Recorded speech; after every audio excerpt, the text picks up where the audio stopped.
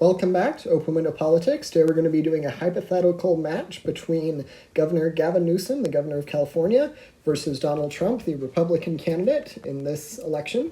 So there have been talks of Biden being replaced, and Gavin Newsom is one of the possibilities that may end up replacing him. It is not a very likely story. It'll most certainly be Biden versus Trump, but this is going to be a hypothetical matchup between Donald Trump and Governor Newsom.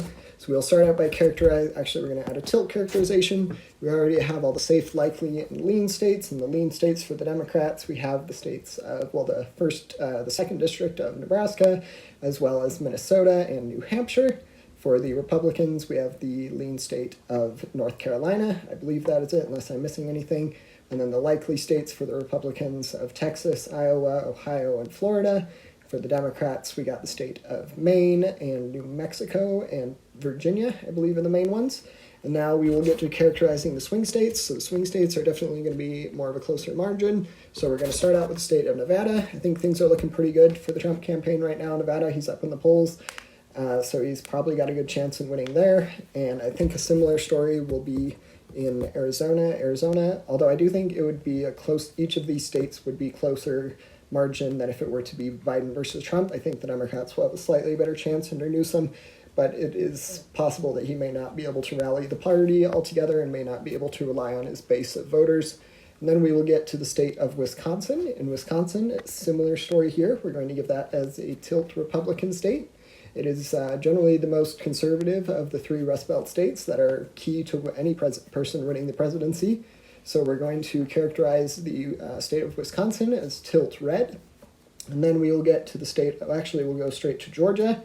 So in Georgia, I'm going to give this as tilt red as well. It's got a good chance of going towards the Republican column. And out of that, we get to 278 electoral college votes for the Republican candidate, in this case, Donald Trump, and to a total of 226 for the Democratic candidate.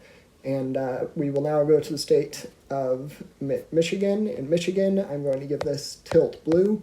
I think that Governor Newsom would probably be able to win the state. It's by far, well, not by far, but by a decent margin, the more Democratic-friendly of the three Rust Belt states. And then in the state of Pennsylvania, I'm going to give that as tilt red.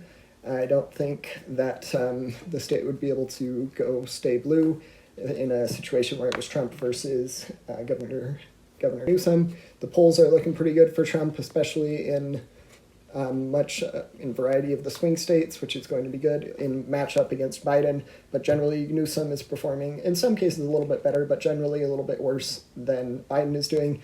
So right now, I'm going to give this as my prediction. We're going to go with 297 electoral college votes for the Republican candidate, in this case, Donald Trump, to 241 for the Democratic candidate, in this case, Governor Gavin Newsom. Feel free to let me know if you have any questions about my prediction, and don't forget to like and subscribe.